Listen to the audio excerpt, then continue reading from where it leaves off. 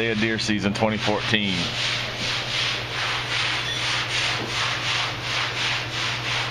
We're at the Waffle House. You ready to go? Yeah.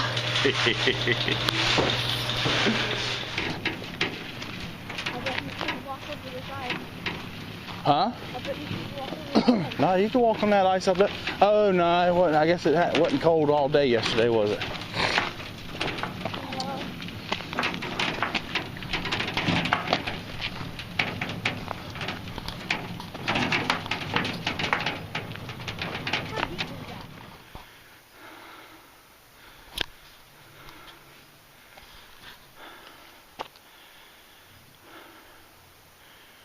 Nice and still now.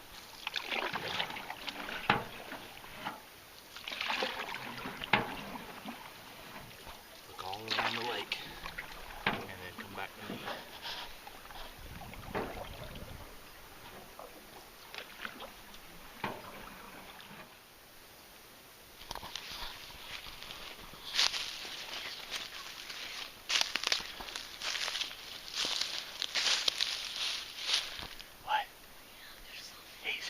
Nobody been in here.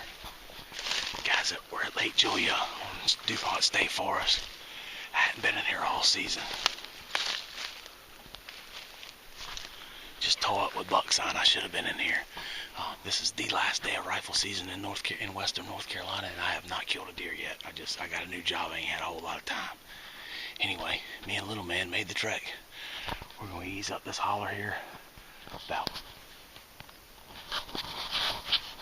Alright, so the wind was killing us down there. We were down there by that big deadfall.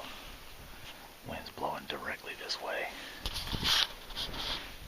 See the topography here, the hill slopes down. And then it flattens out. And there's a major deer crossing right on top of that flat down there. Anyway, that's what we're hunting. This is all poplars over here. That's all oaks on that flat down there. We're hunting up above an oak flat. Anyway, we still got a bad wind, but we're way up above the trail, so we ought to be alright. Sun is on the ground now. Deer should be moving soon. Hopefully we haven't made too much noise.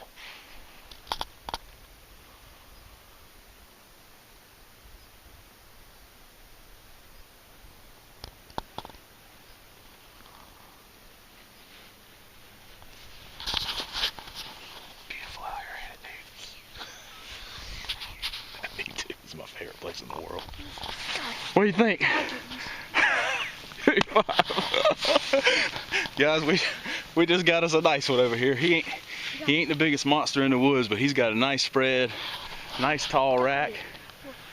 We were sitting here, and I told Luke, I said, I hear critters. I said, I hear critters moving around. We need to sit still now.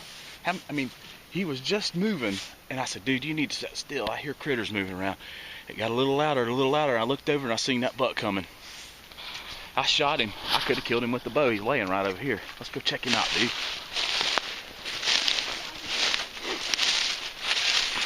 And then I looked over there and I seen that rat coming in the sun. And I said, son, be still. Here comes a big one. Anyway. Well, that's a nice buck. God almighty. I mean, a good one. Easy now. Easy now. Yeah. Small body.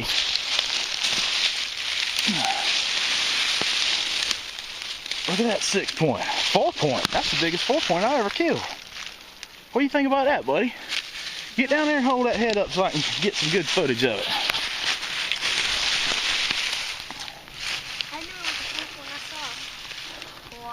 That's the biggest dang forking horn I ever seen right there. What do you think about that, dude? That's amazing. Daddy whacked him, didn't he? Yeah.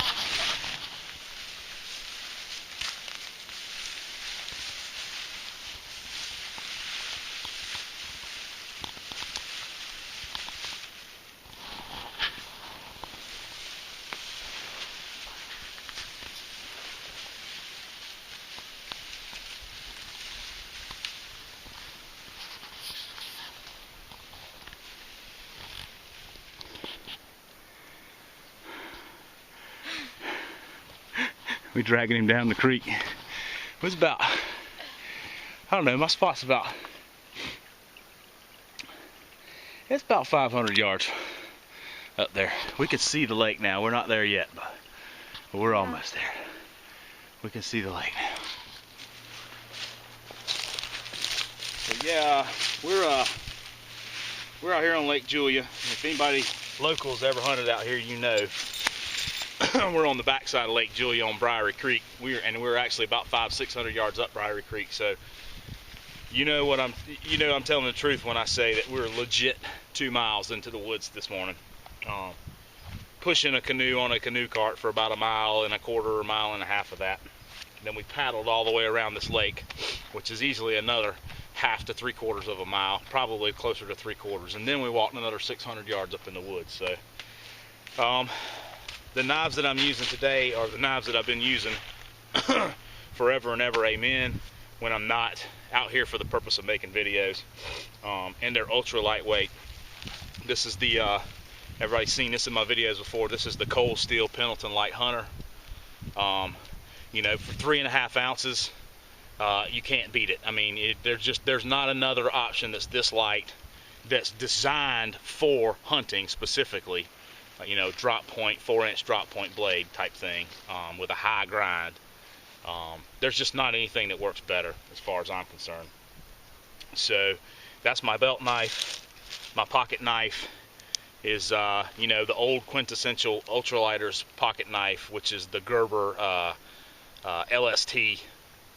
This is I think it's the 1 3/4 or 2-inch one. This is the small ones, the LST ultralight. And it's just a solid pocket knife that weighs absolutely nothing. And, you know, weight is absolutely a premium, because we're about to do that 2-mile trip back with an extra 150 pounds of buck. And then for my gut hook, I just use, this is a handy twine knife.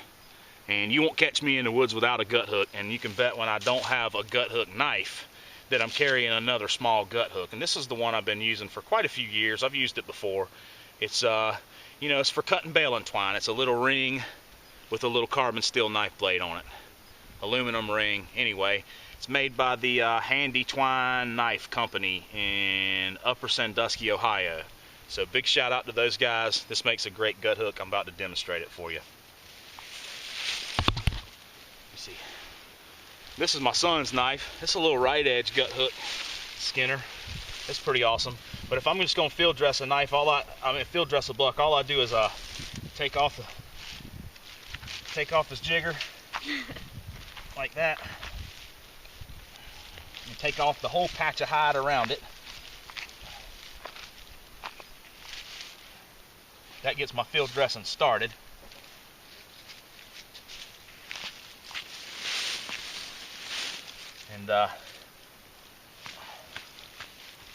And I just throw that patch away.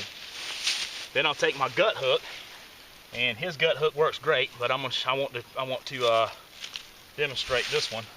And I'll take my my gut hook, of whatever gut hook is of my choosing, and I'll rip the hide on up like that with the gut hook. And making these long cuts in the hide with a gut hook as opposed to your knife blade, your primary blade, really saves your edge. If you're carrying a budget knife, you know, this is a $20 knife with budget steel, not having to make those long cuts in all that hair really help you to save your edge. And then I'll just skin that back just a little bit, like so. There's another shot. That's number, what, 9? 10. 10th shot we heard this morning, counting mine. Deer are moving, boys. Rut is on. Number 7. This buck was not chasing a doe. And then, for the actual gutting, I'll just take my knife and just make a small incision right down at the top of the inside of the hams there, just to get through the cavity. Alright, with the straight blade knife. And that's where the gut hook, this is where the power of the gut hook comes in big time. Because this won't cut the guts, but it'll cut that belly open safely. You don't have to worry about cutting stomach, you don't have to worry about cutting no guts. Alright, Then when I get up here past the entrails that'll make a deer, that'll taint the meat if you cut them, when I get all the stomach and the intestines rolled out of the deer, then I go in with my knife blade again, centered up on the sternum. And I don't go centered up on the sternum, I go off to one side so you get in the cartilage where the ribs meet the sternum. And when you guys see me rip a deer's chest open like that, I'm not cutting through ribs, I'm cutting through the cartilage that are holding the ribs to the sternum. So anyway, then I just lift the rib cage up, cut the diaphragm on the top side, and roll and pull and roll as many of those guts out as I can. Come down here and hold that open for me. Yep, just grab it like that and pull it. That smell getting to you, or you alright? No, I'm fine. Alright. Not at all, actually. Good. I just want it to smell worse. Ah, it smells good, man. Smells like fresh meat. Yeah.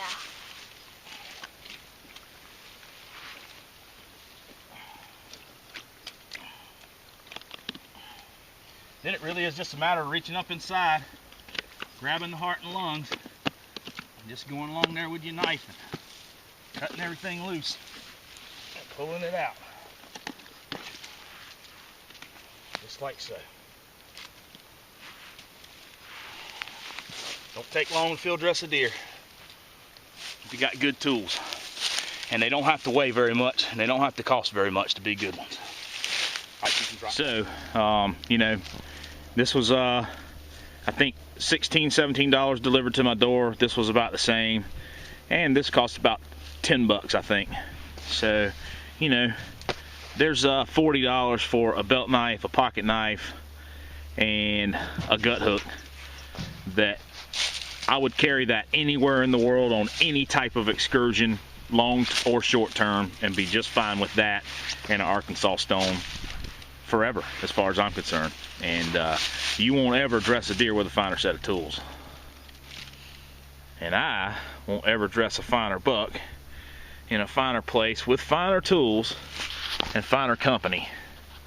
I promise you, because this is about as good as it gets right here. Appreciate you guys watching. Sorry we didn't get the kill on video. He just walked up on us too quick. Yep. Anyway, we got a lot to do here. We got a long trip back to the house, so we'll see you guys on the next one. Tell them later. Later.